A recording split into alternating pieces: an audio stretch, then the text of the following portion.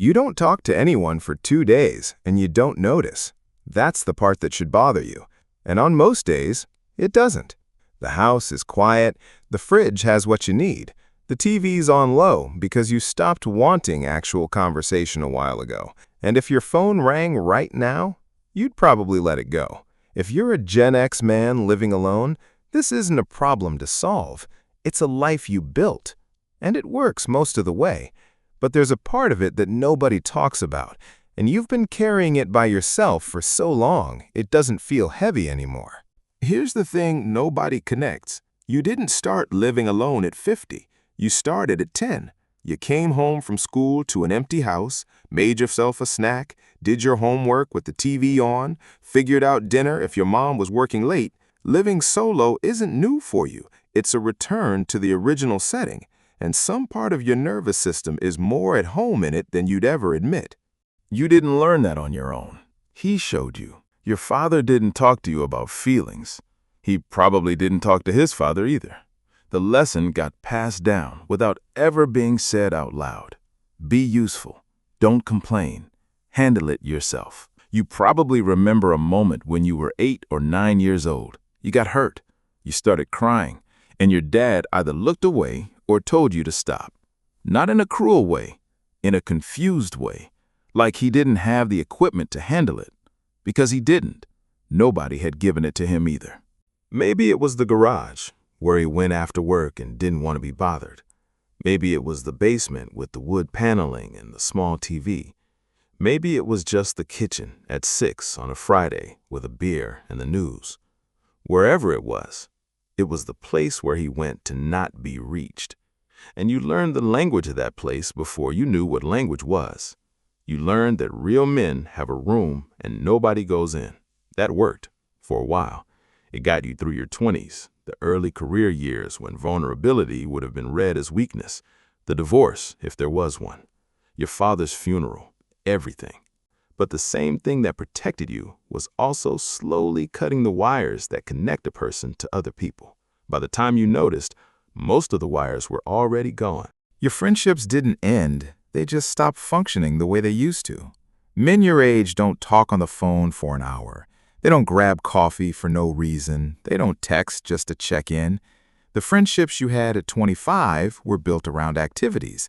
Pick up basketball, bands, bars, work projects. Researchers call it shoulder-to-shoulder connection. Men bond by doing something next to each other. The conversation is the byproduct, not the point. The second the activity ends, so does the channel for connection. A 2021 study found that 15% of American men say they have no close friends.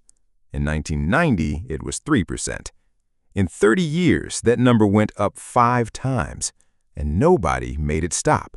You probably still have guys you call your friends. You can argue with them for 2 hours about politics or which album was better. You just can't tell them what's actually been going on inside your head. There's always a thing you didn't say, and you both know there is, and neither of you brings it up. That's the dance. That's how this generation of men keeps friendship alive without ever actually using it. And then if there was a marriage, the structure of that marriage held a lot of things together that you didn't realize it was holding. You had carpools, school events, family dinners, the shape of a life. Inside that shape, you didn't have to know how to maintain a friendship because there was always something else going on. Your wife maintained the social calendar. Your kids' friends' parents became your friends by default. The life organized itself. Then the kids left, or the marriage ended, or both, sometimes within the same year. And what you didn't know is that almost every connection you had was running through her, through them, through the structure. The day they left, the structure left with them, and you found yourself alone in a house you'd been in for 20 years, realizing you didn't actually know how to call somebody just to talk. That's not weakness. That's a system collapsing, and nobody trained you for what comes after. And there's another collapse most people don't talk about because it doesn't have a name yet. You were sold a deal when you were a kid. Work hard, provide. That's who a man is. You bought into it harder than your dad did. You stayed late, You took the call on Sunday. You earned things the way men were supposed to earn them, by being needed. Then somewhere in the 2000s or 2010s, the deal changed.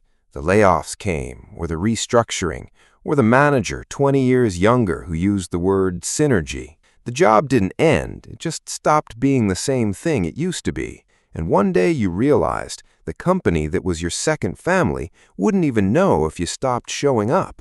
If the marriage ended too, that's two identities gone. The husband, the provider, both pillars, both quietly removed, and nobody held a ceremony for either one. So you built a new life, and it works. You wake up when you want, coffee made the way you like it, dinner at 5 or at 9, and you don't apologize for either one. Saturdays are the project in the garage with your dad's old socket set, half the tools older than you are. The long drive nowhere in particular with the 80s station on. The rabbit hole on YouTube about the band you saw in 1989, or how a small block engine actually works. You go to a gym where nobody knows your name, and you prefer it that way. You cook elaborate meals for one person and don't feel weird about it. You finish the thing, and the only person who needs to know is you. And there's a specific Gen X flavor to this. You're not sad about it. You think it's a little funny. You catch yourself enjoying the silence and make a joke about it in your head that only you would laugh at.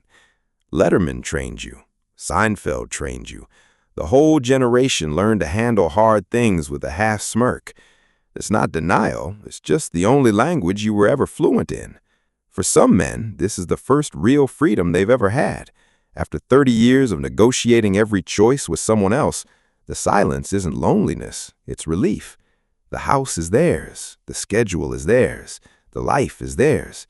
They're not pretending to be okay with it, they're actually okay with it. But there's another part, the part that doesn't fit on Saturday afternoon. Here's the part you don't say to anyone. You've thought about whether you should reach out to someone, and every time you've thought about it, you've talked yourself out of it. They're busy. They've got their own thing. It's been too long. They're going to ask why you waited. You don't want to make it a whole conversation. You don't want them to worry. So you let it pass. The longer it passes, the harder it gets to start. And you've been telling yourself for years that it's fine, that you're fine, that you've always been fine. Researchers at Harvard have been running a study on adult life for over 80 years, the longest study of its kind.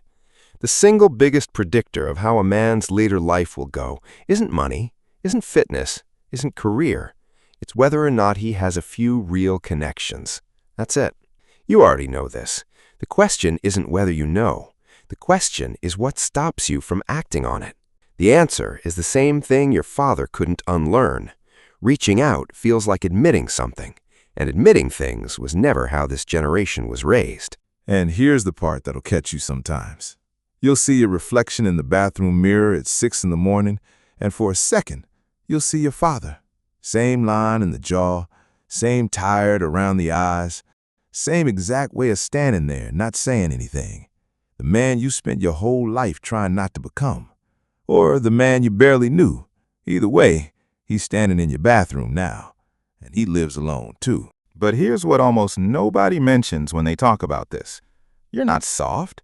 You're not lost. You're not falling apart. The world looks at men like you and sees a problem they want to fix. You don't need fixing. You built a life that runs. The bills get paid, the house functions, the work gets done. You're not the problem in this story. The problem is that the world that built you didn't build the part where you'd need other men to actually know you. So that part never got built. And now you're trying to install it at 58 without instructions. You don't need to suddenly become a different person. You don't need to start sharing feelings with strangers. You don't need to turn into someone you'd actually mock if you saw him at a bar.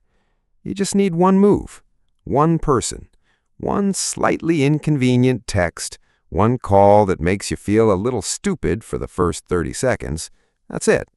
Not a transformation, a small action that goes against 30 years of training. The man who could do that for you probably already exists in your phone. You haven't talked to him in a year, maybe 2. He's wondered about you. He's not going to say it, but he's wondered. You spent your whole life being the guy who didn't need anything from anyone. That was the deal. That was the strength. And it served you. But there's a version of that strength that turned into something else somewhere along the way, and you've been living inside it for longer than you'd admit. You don't have to keep doing it, not because you're failing, because you've already proven everything that strength was supposed to prove. There's nothing left to win by doing it harder. If any of this hit close, tell me one thing in the comments. What's the longest you've gone without talking to anyone in person? Not a cashier, not a coworker passing through, actually talking. A day? A week? Something longer. No judgment either way. I just want to see how common this actually is.